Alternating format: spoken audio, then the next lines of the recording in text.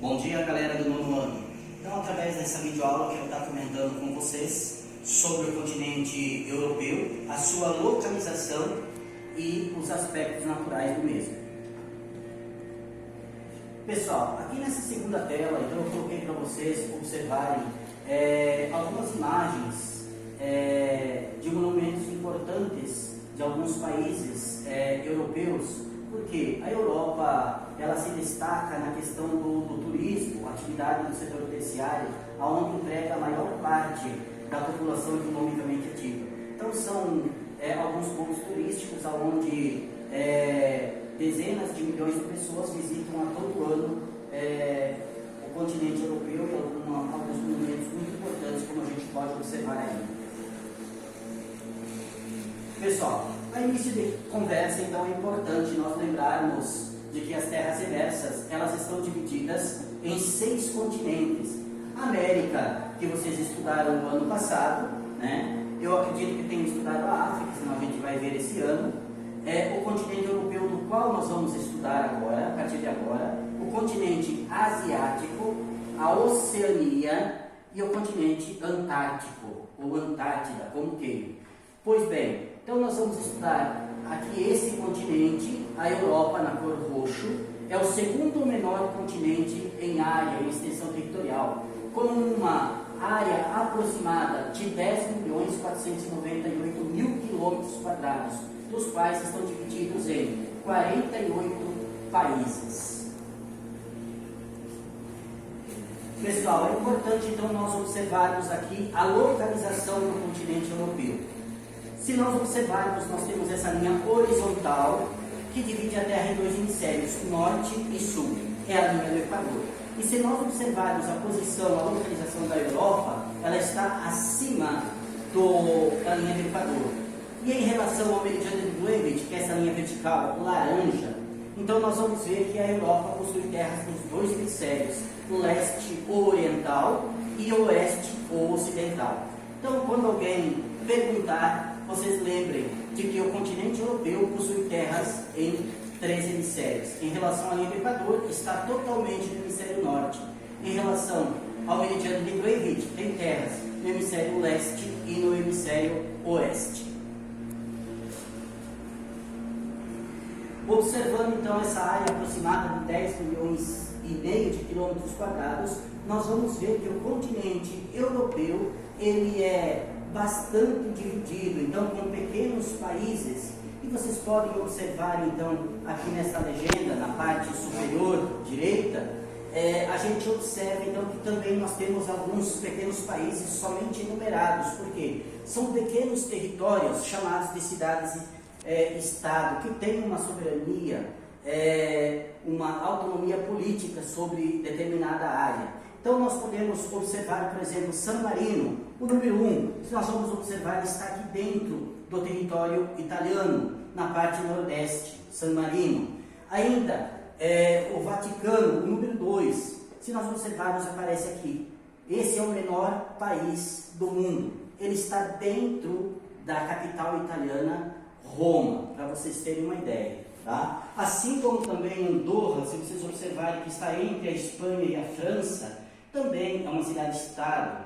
Ainda nós podemos destacar o número 6, Luxemburgo, que se encontra aqui entre a Bélgica, a França e a Alemanha, assim como nós podemos destacar Liechtenstein, também, que ele vai se encontrar aqui o número 4, onde ele está, aqui entre a Suíça e a Áustria, assim por diante, para nós podermos observar. Outra coisa que eu quero chamar a atenção de vocês é o número 9, Kosovo. Ele está nessa região, ele se dividiu com o fim do socialismo da antiga União Soviética, a União da Iugoslávia, aonde ele não tem o reconhecimento dos países do mundo.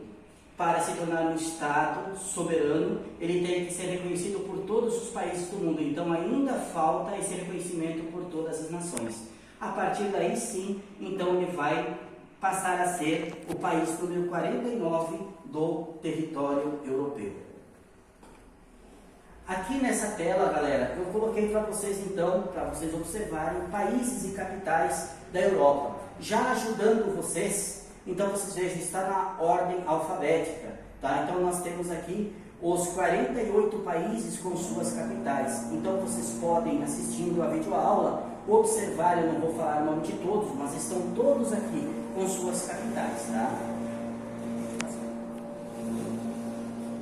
Aqui então, só lembrando para vocês que esse mapinha da atividade que eu mandei para vocês, aonde vocês poderiam então estar resolvendo, tá? Colocando lá no caderno. Por exemplo, nós temos a número 1, a Islândia, a capital é Reykjavik. Então você iria fazendo lá no caderninho, porque aqui não tem espaço.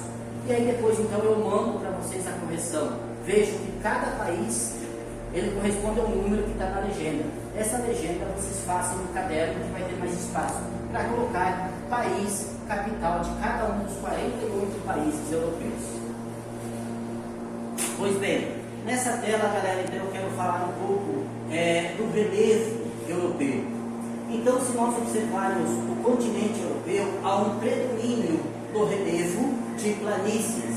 Então, pela cor, nós observamos o verde, que representa as planícies, aonde aproximadamente 70 a 75% do território europeu ele é composto por planícies que estão a uma altitude média de 340 metros acima do nível das águas do mar, dos oceanos que estão em torno do continente. Mas é importante nós observarmos que, além de ter esse predomínio de planícies, nós vamos encontrar então planaltos e regiões montanhosas. Se nós observarmos as cores amarelas para as cores mais escuras, são regiões que a altitude ela vai ser diferenciando das planícies, vai aumentando. E com isso, então, elas surgiram a partir de uma formação muito antiga e também da movimentação das placas tectônicas, surgindo então algumas cordilheiras muito conhecidas, muito procuradas na Europa, como os Alpes, os Montes Urais, o Cáucaso, os Alpes escandinavos, entre outros. Então é importante a gente observar que tem essa diversidade de relevo no continente europeu. Aqui então falando do relevo montanhoso, é importante nós observarmos que o relevo no sul do continente, ou na chamada Europa do Sul, nós vamos encontrar uma instabilidade sísmica. Quer dizer o quê? A movimentação das placas tectônicas, aonde elas fazem então de vulcões como o Etna e o Vesúvio, ainda vulcões ativos no território italiano. E aqui nesse slide, então, nós vamos observar nesse mapa aqui, que o litoral europeu, ele é muito recortado. Ele apresenta penínsulas importantes, como a Península Ibérica, Itálica, entre outras, ilhas, arquipélagos. Então a gente vê aqui que é muito recortado. E se vocês não lembram, uma península, gente, por exemplo, a Península Ibérica é uma porção de terra cercada por 3 lados de água e ela tem então uma ligação com o interior do continente. E vocês vejam, então eu coloquei algumas imagens para vocês estarem observando a diversidade do relevo europeu. Ainda, lembrando para vocês, ilha, então vocês sabem que é uma porção de terra cercada por água. E arquipélago, então, é um conjunto de 2 ou mais ilhas. Então a gente percebe também que nós temos alguns mares interiores do continente. Aqui, gente, é importante a gente falar da questão climática do continente europeu. Então ele vai ter aqui a presença de 5 climas que se destacam no território e uma pequena porção que fica dentro do mar Mediterrâneo. Então as Ilhas Canárias vão apresentar um clima subtropical muito semelhante ao nosso aqui da região sul do Brasil. Mas então, um predomínio de climas continentais oceânico e continental, mediterrâneo, polar, que fica no extremo norte, e de frio de altas montanhas, que são as regiões mais altas do continente. Quando a gente fala na questão de clima e vegetação, a gente pode classificar também o continente europeu como a Europa do Norte, aonde nós vamos ter a presença do clima frio e polar, aonde No clima frio nós vamos ter a presença da floresta boreal, no polar a tundra. No centro do continente nós vamos ter os climas temperado oceânico e o temperado continental. Predomínio da floresta temperada. Ainda mais a sudeste do continente nós vamos encontrar a presença do semiárido. A vegetação são as pradarias.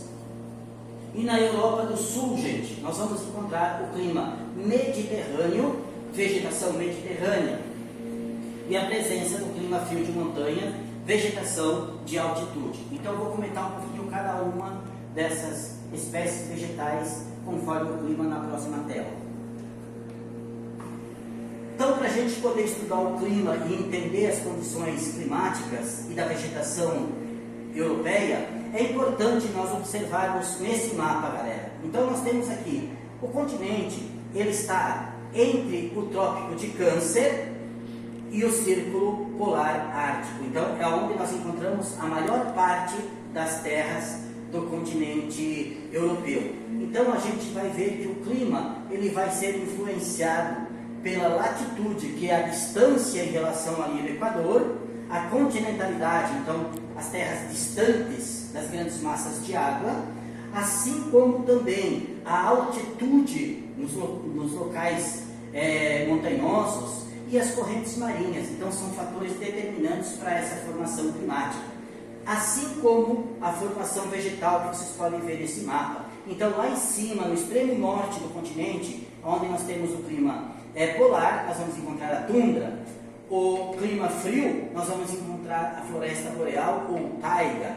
No clima continental oceânico e continental, as florestas temperadas. Na região de clima semiárido, nós vamos encontrar as estepes. E no extremo sul, então, as áreas de clima mediterrâneo, vegetação do mesmo nome, mediterrânea. E esses pontos aqui, então, são as áreas montanhosas com clima de montanha, vegetação do mesmo nome, então vegetação de montanha. Importante, então, falando um pouco lá do extremo norte, a tundra. Então ela está no extremo norte do continente, região de clima frio, polar, verões curtos, temperaturas amenas, não ultrapassando os 20 graus centígrados. O inverno ele é muito rigoroso e longo. As chuvas em pouca quantidade, em média de 250 milímetros anuais. E a vegetação da tundra, ela se compõe de 3 espécies: musgos, líquens e pequenos arbustos. Então é uma vegetação rasteira, não passando de 80 centímetros de altura. Na região então de clima frio, nós vamos encontrar as florestas de conífera ou a própria taiga. Também nesses locais as temperaturas são baixas. No inverno pode chegar a -7. Com ocorrência de neve, cobrindo o solo aí por um longo período, um longo inverno de 6 meses, onde os verões eles podem apresentar temperaturas um pouco acima de 15 graus. E a quantidade de chuva, então, já é um pouco maior do que no extremo norte, em torno de 500 milímetros anuais. E a vegetação, a gente vê, então, que é composta de coníferas. Os pinheiros e os abetos são as espécies mais abundantes nessa região, fazendo dos países nórdicos europeus grandes produtores de celulose, por ser uma madeira de caule macio, próprio para essa produção de celulose ou papel. Grandes produtores e exportadores mundiais. A vegetação da floresta temperada agora, gente, nessa tela. Então vocês vejam que ela vai ocorrer na região então, de clima do mesmo nome, temperado, oceânico e continental, aonde as latitudes diminuem, então saindo do norte em direção à linha do Equador. Nós podemos ver que as temperaturas elas já são mais elevadas. No verão pode ser superior a 20 graus centígrados e no inverno elas podem chegar a -5 graus. A vegetação, nós vamos ver que ela vai apresentar uma variedade maior de espécies. As mais comuns encontradas são o carvalho, o gordo, pinheiros, e importante nós observarmos que um bom número dessas espécies elas são chamadas caducifólias, porque durante o período do inverno, outono, chegando para o inverno, as folhas vão ficar todas coloridas, como vocês podem observar, e no período de inverno, então, as folhas acabam caindo. é uma maneira que o vegetal encontrou para poder suportar longos invernos. Aqui, o Mediterrâneo, então na Europa do Sul, as características, o verão é seco, o inverno é chuvoso, pode ocorrer oscilação em relação à temperatura e também a quantidade de chuva nessa região. Então aparecem os arbustos e alguns pequenos bosques ou manchas de vegetação um pouco mais densa e maiores o porte dessas plantas. Então aqui os mais comuns encontrados são os pinheiros, sombreiros e as oliveiras. Então a gente pode ver nas imagens ali. E aqui então falando das estepes, gente. Então elas se encontram aonde? Naquela área do sudeste europeu, onde as precipitações não passam dos 500 milímetros. A presença de pequenas árvores, arbustos e algumas manchas, né, de árvores, bosques se encontram junto ao leito dos rios. E é importante lembrar que esse solo é extremamente fértil, aonde os países europeus aproveitam para produzir então os cereais como trigo, centeio, cevada e aveia, grande produtor mundial, então devido à fertilidade do solo. A região de altas montanhas, então, ela vai ocorrer aonde? Nas áreas de grandes altitudes, como por exemplo nos Alpes e Pirineus. Nessas áreas, as chuvas são bem distribuídas durante o ano todo, aonde a vegetação se desenvolve, diz assim, olha aqui galera, de forma mansa e rápida.